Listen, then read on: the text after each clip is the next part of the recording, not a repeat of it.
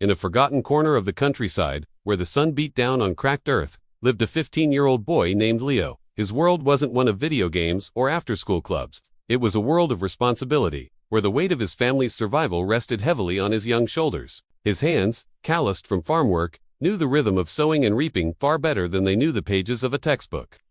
Every morning, before the rooster even thought about crowing, Leo was up. He'd fetch water from the well, feed the chickens, and help his father in the fields.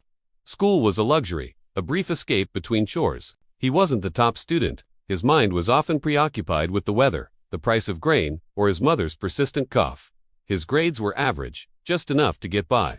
Teachers saw him as quiet, perhaps a bit distracted. They didn't see the silent calculations he made daily: how to stretch a small bag of rice, how to fix a leaky roof with scrap materials, how to make a little go a very long way. One sweltering afternoon, while tilling a particularly stubborn patch of land, his plow hit something hard.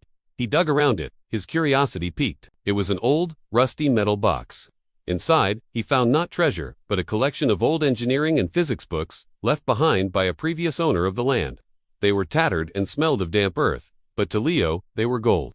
That night, by the flickering light of a single kerosene lamp, a new world opened up. He devoured the books, the complex formulas and diagrams, somehow making more sense to him than poetry or history.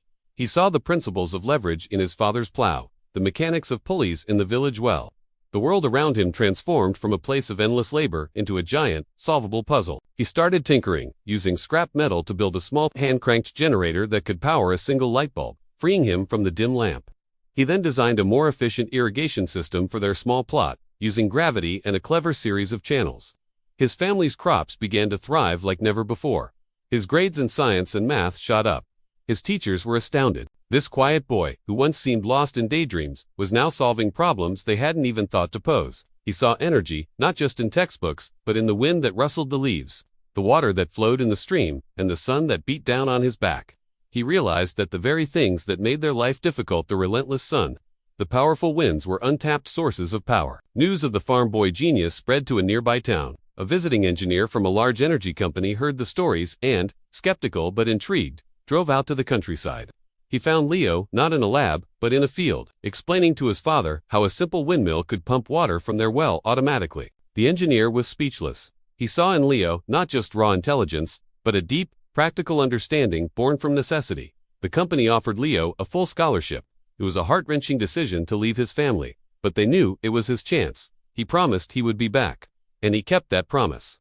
Years later, Leo, now a leading renewable energy engineer, returned. But he didn't just visit. He brought with him a team and a plan. He established a project that transformed his entire region, building small-scale solar and wind farms that provided clean, affordable energy to thousands of families. The boy who once struggled under a single kerosene lamp was now lighting up the entire countryside. His story became a beacon, a powerful reminder that our beginnings don't define our end. True energy doesn't just come from the sun or the wind. It comes from an unstoppable spirit and a heart determined to create a better world.